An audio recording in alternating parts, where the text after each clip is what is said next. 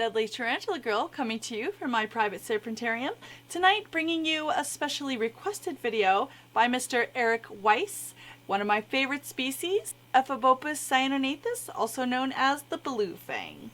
Little quick note, their fangs are not actually blue, just their chelicerae, which technically is part of their fang.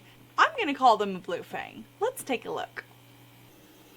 This is a special Ephebopus cyagnonathus burrow, and you can see it does utilize its very deep substrate. They make super strong, intricate tunnels. I have heard multiple times that animals cannot burrow in vermiculite, and I tell you what, they can, because this dude right here did it. So what they do is they actually formulate their silk with the vermiculite. As you can see, they construct these really sturdy tunnels, and it actually goes all around the bottom of the enclosure, which is super duper neat. I actually have this one set up in an arboreal enclosure, so it could also have pretty deep substrate. A good rule of thumb is 1/2 to 3/4 deep, which depending on how large your animal is, that is pretty deep.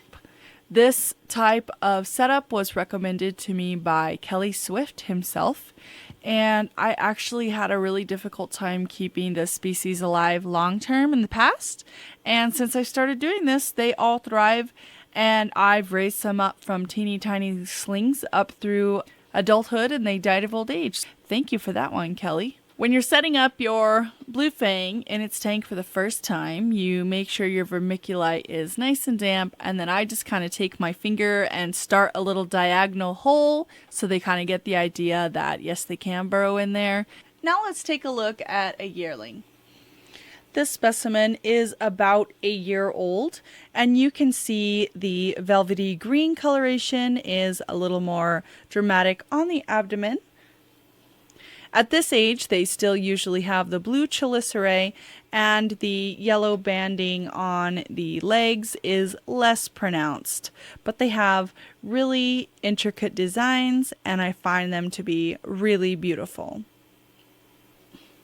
Here is a beautiful adult specimen, and the chelicerae on this animal is no longer blue, but it is a royal purple. When they are younger, the chelicerae are electric blue with the body being bright yellow and green, and you can see it still has a nice kind of velvety green, although it does look more of a brown color, and then they have the nice bright yellow banding on the patella. This species originates from the Suriname and the French Guiana forest. They are a tropical animal, and they are happiest in high 70s to low 80 degree Fahrenheit with a fairly high humidity of 75 to 85%. They do need more moisture, a deeper substrate, and intense ventilation. When these guys are babies, they can eat fruit flies, and as they grow up can eat crickets and roaches and worms and all the things that you would feed all your other teas. They are fairly shy, and you will not see them a whole lot once they get their nice little burrow. They are fairly slow growing, which is awesome because then they keep those bright blue fang for a long time, and they grow to be about a medium size, as you can see.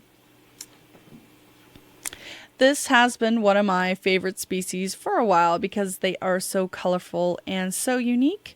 I think that many species tend to be kind of ugly babies and pretty adults, or pretty adults and kind of dull babies. And these ones I think are interesting to watch throughout their lifetime. So that makes Ephebopus cyagnonathus one of my faves.